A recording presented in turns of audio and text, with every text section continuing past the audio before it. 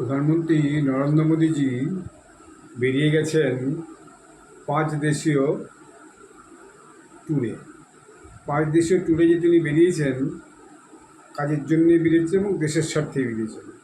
এই 5টি দেশ কোনটি কোনটি? Ghana, Trinidad Tobago, Argentina, Brazil এবং নামিবিয়া। এবং এর মধ্যে তিনি 4টি দেশ ঘোরা শেষ করে দিয়েছেন।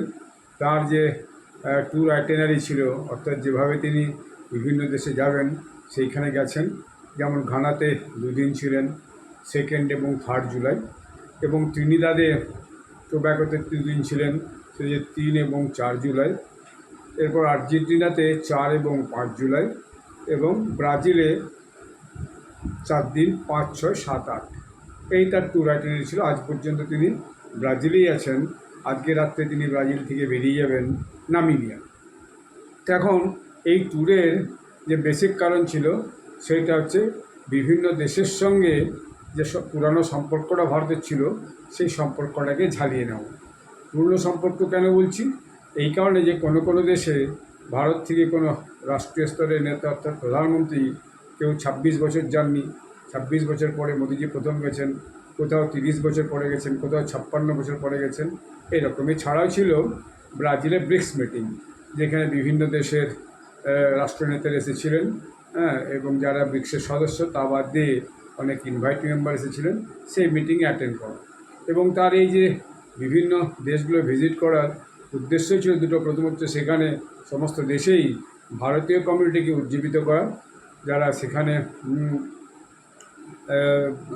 ভারত থেকে যে সেখানে বসবাস করছেন বা সেখানে কাজ করছেন বা চাকরি করছেন তাদেরকে উজ্জীবিত করা। সব জায়গাতেই তিনি ভারতীয় কমিউনিটির যে লোকজন আছে তাদেরকে, নন রেসিডেন্ট ইন্ডিয়ানস যারা আছে এনারাই বলি আমরা, তাদের সঙ্গে দেখা করেছেন।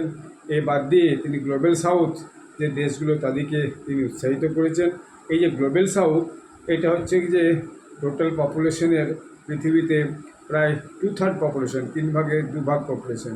এবং গ্লোবাল সাউথের দেশগুলো এই যে দক্ষিণ আমেরিকা এবং দক্ষিণ আফ্রিকার যে দেশগুলো, এই দেশগুলো তিনি ভিজিট করছেন। এই দেশগুলো দীর্ঘদিন ধরে মানে এই তথাকথিত ওয়েস্টার্ন সিভিলাইজেশনের হচ্ছে এক্সপ্লয়টেশনের শিকার। তো তারাও এখন সেই এক্সপ্লয়টেশন থেকে বাঁচতে চাইছে।